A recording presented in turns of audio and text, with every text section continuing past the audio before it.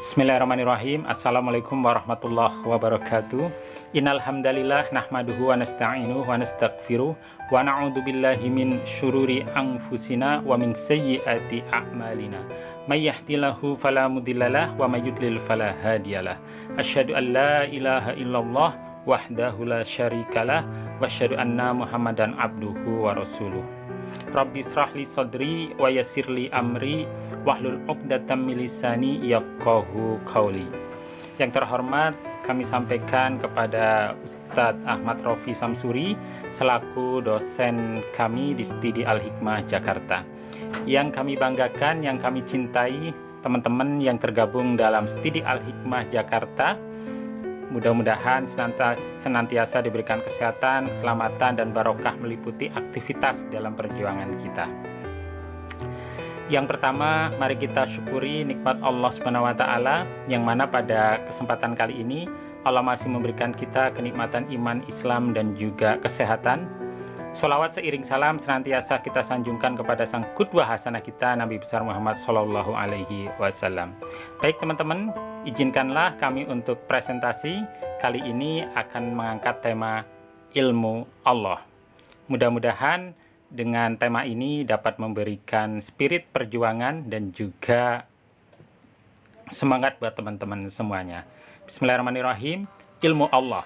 Ilmu Allah sangat luas dibanding ilmu makhluknya. Manusia tidak sanggup untuk menulisnya meskipun dengan tinta dari 7 lautan dan pena dari semua pepohonan yang ada takkan cukup. Nah, ini sesuai dengan firman Allah di dalam Al-Quran surat ke-18 ayat 109, dan juga ada di dalam Al-Quran surat ke-31 ayat 27. Sedangkan ilmu makhluknya sangat terbatas. Nah, ini ada di dalam surat Al-Baqarah ayat 32, dan juga pada Al-Quran surat ke-17 ayat 85. Nah, kita akan rincikan. Nah, apa saja sifat Allah, yaitu Al-Khaliq, yaitu pencipta. Allah menciptakan seisi dunia, semuanya tunduk atas kehendak Allah Subhanahu wa Ta'ala. Pencipta, Allah adalah pencipta segala sesuatu. Di dalam Al-Quran, Bismillahirrahmanirrahim, khaliqu kulli syai'. Nah, ini terdapat di dalam Al-Quran surat ke-6 ayat 102. Allah menciptakan yang telah tiada, sekarang ada, dan akan ada. Masya Allah ya. Dengan kuasa Allah, Allah telah menciptakan seisi dunia dan juga menciptakan yang telah tiada, artinya yang sudah meninggal, yang sudah menghadap Sang Khaliq, menciptakan sekarang yang ada, apa yang ada di hadapan kita, dunia seisinya terhampar luas ini adalah kuasa ciptaan dari Allah. Dan juga Allah juga akan menciptakan yang akan ada, yaitu hari kiamat, hari berbangkit, yaumul hisab. Nah, itu Allah akan ciptakan kembali ya. Kemudian apa sifat Allah yang kedua, yaitu al-ilmu, pemberi rizki. Dengan kasih sayang Allah, dengan rahmatnya, Allah berikan rizki, baik kepada hambanya yang taat, yang kufur, yang ingkar, semuanya Allah kasih ya. Ini terdapat di dalam Al-Quran. Nah, kita akan baca nih, Bismillahirrahmanirrahim, di dalam surat Al-Baqarah ayat 29.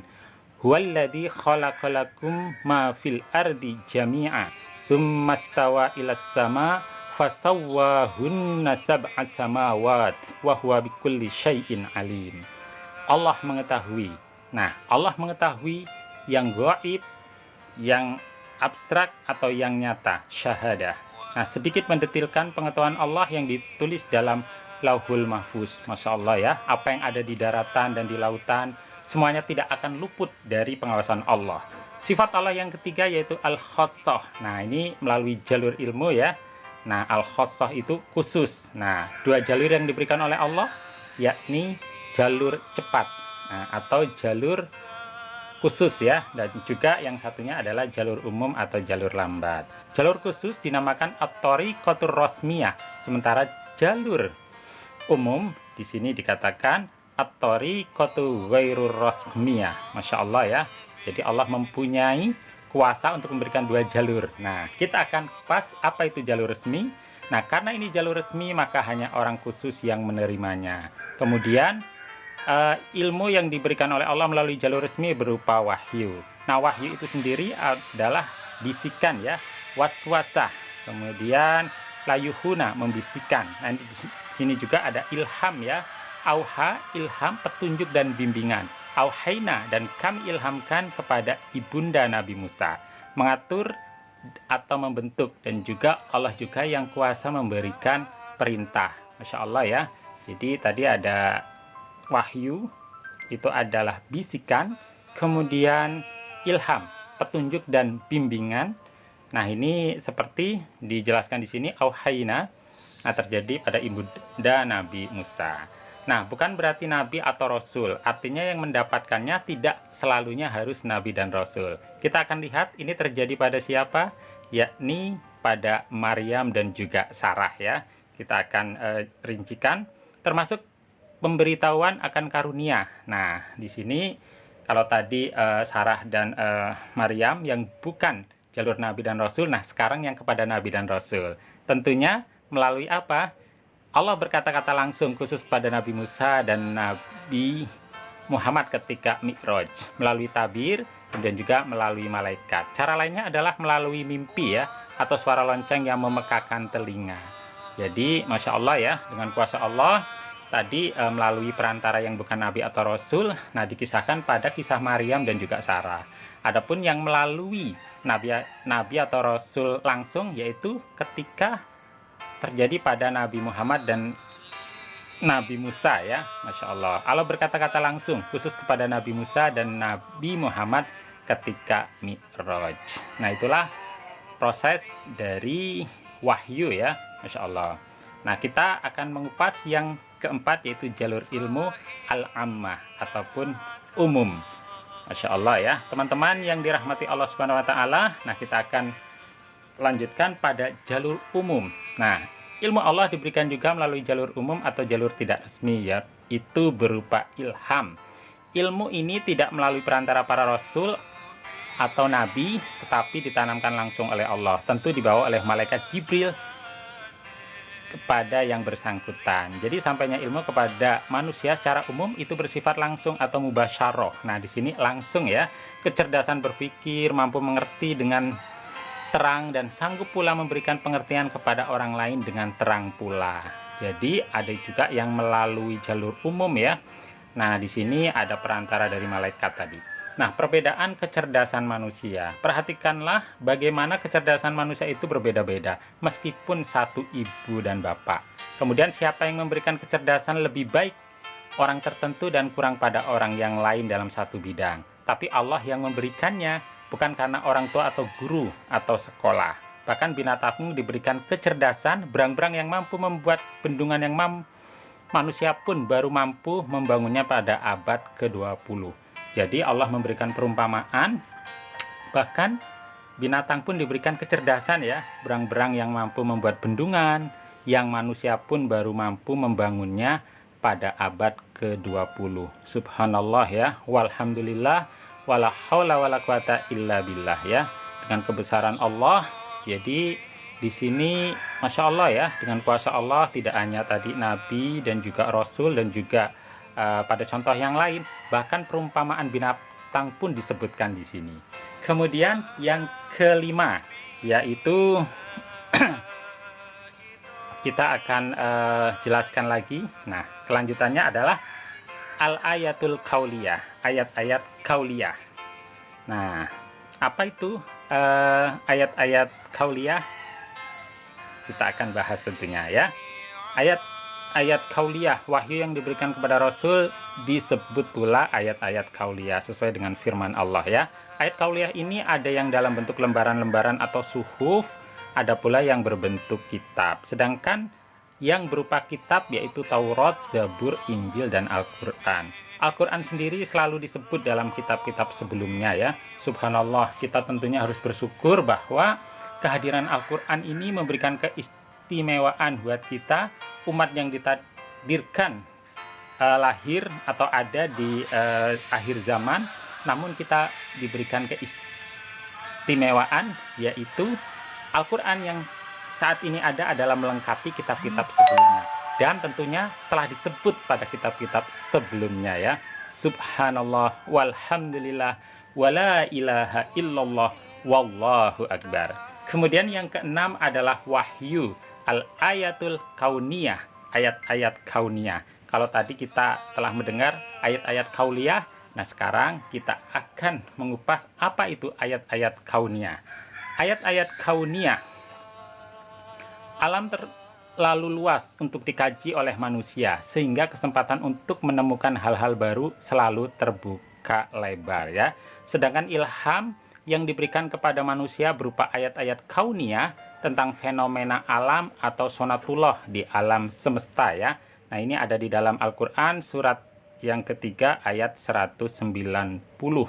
Meliputi 3 potensi yang telah diberikan oleh Allah kepada manusia: pendengaran, penglihatan, dan hati. Manusia mampu memahami apa yang terjadi di alam.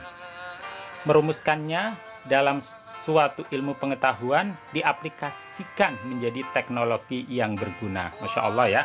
Nah, itu keistimewaan yang diberikan oleh Allah yang tidak diberikan kepada makhluk yang lainnya. Hubungan antara ayat kauliyah dan ayat kauniyah. Ayat kauliyah memberikan isyarat, al-isyarah, tentang ayat kauniyah. Nah, ini ada di dalam Al-Quran ya, banyak sekali. Nah, kita akan melihat berbagai jenis barang tambang, besi yang berasal dari luar bumi yang sangat berguna bagi kehidupan, gunung-gunung yang berjalan seperti jalannya awan, ilmu embriologi, ada 3 tahapan perkembangan janin, adanya siklus terjadinya hujan yang melalui 3 tahapan, dan hujannya pun memiliki ukuran. Ayat kauniyah memberikan bukti al-burhan atau mengkonfirmasi kebenaran ayat kauliyah. Berbagai penemuan ilmiah menjadi bukti kebenaran Al-Quran. Terdapat di dalam Al-Quran surat ke-41 ayat 53. Artinya antara ayat kauliyah dan ayat kauniyah ini tidak bisa dipisahkan ifafillah ya. Masya Allah, kita akan bahas ayat kauliyah, al-haqiqatul mutlaqah, kebenaran yang mutlak. Nah, ini kebenaran yang tidak terbantahkan lagi. Nah, maka disebut al-haqiqatul mutlaqah, yaitu kebenaran yang sangat dan sangat. Kebenaran mutlak, apa yang tertulis di dalam Al-Quran memiliki tingkat kebenaran yang mutlak. Nah, ini terdapat di dalam Al-Quran surat Al-Baqarah ya. Surat Al-Baqarah ayat yang pertama. Bismillahirrahmanirrahim. Alif Lam Mim. Al-Quran ini tidak ada keraguan di dalamnya. Masya Allah. Kemudian Allah menjamin akan keaslian Al-Quran sampai hari kiamat. Terdapat di dalam Al-Quran surat ke-15 ayat 9. Kemudian bukti kebenaran Al-Quran adalah tidak ada kontradiksi antara satu ayat dan ayat yang lain. Terdapat di dalam Al-Quran surat ke-4 ayat 82. Tidak ada yang mampu membuat serupa dengan Al-Quran atau serupa dengan 10 surat dalam Al-Quran atau salah satu suratnya saja ya. Insya Allah ini terdapat di dalam Al-Quran surat Al-Baqarah ayat 23. Masya Allah ya, kebenaran yang mutlak ini adalah kebenaran yang hakiki, kebenaran yang tidak dapat dibantahkan lagi, kebenaran yang sejatinya datangnya dari sang penguasa alam ini, maka tiada kata lain selain kita wajib mengimani. Ifafillah yang dirahmati Allah Subhanahu wa taala. Selanjutnya adalah ayat kauniyah, yaitu al-haqiqatul tajriyah, kebenaran empiris. Nah, kalau tadi kita sudah membahas ada ayat kauniyah, nah kita akan melihat apa itu kebenaran empiris. Nah, sedangkan kebenaran yang dicapai oleh penggalian melalui ayat-ayat kauniyah adalah kebenaran yang bersifat empiris, sesuai dengan pengalaman atau eksperimen ya. Kemudian penemuan demi penemuan menyempurnakan teori yang ada atau membatalkannya. Teori perkembangan teori atom. Nah, ini ada beberapa tokoh sekali berdunia ya. Ada John Dalton, J.J. Thomson, dan masih banyak yang lainnya. Kalau ada pertentangan, bagaimana? Nah, kita ketahui karena hidup itu ada pro dan kontra ya. Ada yang setuju dan tidak setuju. Nah, kita kembalikan kepada Imam Syahid Hasan Al-Banna memberikan rumusan yang sangat baik dalam masalah ini. Prinsip 19 dalam Risalah Taklim. Pandangan syar'i dan pandangan logika memiliki wilayah sendiri-sendiri yang tidak dapat memasuki secara sempurna. Kemudian, namun demikian, keduanya tidak akan pernah berbeda dalam hal-hal yang qat'i aksiomatik. Hakikat ilmiah yang benar tidak mungkin bertentangan ya. Kemudian ayat qauliyah minhajul hayah, pedoman hidup.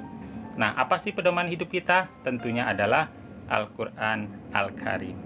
Pedoman yang akan memberikan keselamatan, pedoman yang akan memberikan ketenangan, pedoman yang nantinya akan memberikan syafaat kita di yaumil qiyamah. Karena ayat qauliyah kebenarannya bersifat mutlak, maka ayat qauliyah yang berhak menjadi pedoman hidup manusia. Agama yang diridhoi oleh Allah adalah Islam ya.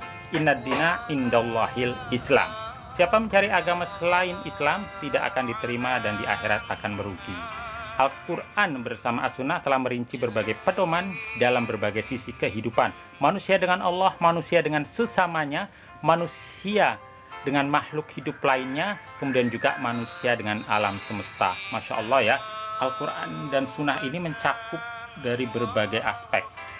Hubungan kita kepada Allah atau habluminallah, hubungan kita dengan sesamanya, habluminannas, makhluk dengan makhluk hidup lainnya, manusia dengan alam semesta. Subhanallah ya, cakupan yang sangat luar biasa yang telah Allah berikan petunjuk di dalam Al-Quran bersama As-Sunnah tentunya. Ayat kauniyah, wasailul hayah, sarana hidup. Nah, setelah tadi kita kembangkan, kita maksimalkan semuanya, nah kita juga tentunya punya sarana hidup atau wasailul hayah. Nah, sarana hidup wasailul hayah. Sedangkan berbagai ilmu pengetahuan yang telah dikembangkan manusia dari ayat-ayat kauniyah dijadikan sebagai sarana hidup manusia. Hidup manusia makin mudah dengan berbagai pengembangan ilmu pengetahuan karena berbagai sarana hidup ditemukan. Dunia ini makin seperti desa yang besar. Kecepatan dalam transportasi antar kota, negara, bahkan benua. Apa yang terjadi di belahan dunia ini akan segera diketahui, bahkan langsung diketahui oleh belahan lainnya. Dengan rahmat dan kasih sayang Allah, Allah berikan ya teknologi, kemudian pengetahuan yang di sini tidak dapat kita sekat-sekat lagi ya. Sekarang seperti halnya dunia ada di genggaman kita. Dengan adanya teknologi yang sangat canggih untuk saat-saat ini, kita bisa terhubung dengan negara-negara yang ada di luar sana ya. Artinya di sini kita harus memaksimalkan sarana hidup ini. Tentunya dengan ibadah, dengan kebaikan, dengan berkarya, dengan bekerja, dan juga memberikan kemanfaatan buat yang lainnya. Seperti kita ketahui, khairun nas anfa'uhum linnas. Jangan terbalik. Jangan memposisikan keduanya secara terbalik. Ayat qauliyah menjadi sarana hidupnya dan ayat kauniyah menjadi pedoman hidupnya. Kalau yang terjadi seperti ini, maka dunia akan rusak ya. Mempermainkan agama, eksploitasi alam tanpa batas, dekadensi moral. Ayat kauniyah menjadi pedoman hidup, menuhankan materi. Ayat kauliyah menjadi sarana hidupnya, menjual ayat dengan harga yang murah. Nah, ini terdapat dalam surat Al-Baqarah ayat 41, 79 dan 174. Nah, ini perilaku orang Yahudi. Ini yang harus kita hindari, teman-teman ya. Nah, jadi setelah dunia ada di genggaman kita, maka kita harus menjadikannya sarana untuk beribadah kepada Allah tentunya. Manusia yang sempurna. Hanya dengan memposisikan secara benar antara ayat kauliyah sebagai pedoman hidup dan ayat kauniyah sebagai sarana hidup, manusia akan mencapai kesempurnaan. Saat memanfaatkan karunia Allah di alam semesta, di samping sesuai dengan ilmu pengetahuan juga dilandasi dengan moral Al-Quran. Hidup yang penuh berkah, hidup yang baik, di dunia baik, di akhirat pun baik, serta selamat dari siksa api neraka. Subhanallah ya. Jadi petunjuk kehidupan kita adalah Al-Quran. Maka Al-Quran ini kita jadikan sebuah pedoman, kita jadikan sebuah petunjuk hidup, yang mana dengan Al-Quran ini kita akan mendapatkan ketenangan dan kebahagiaan dunia dan akhirat. Baik, demikian semoga bermanfaat. Wal afu minkum. Assalamualaikum warahmatullahi wabarakatuh.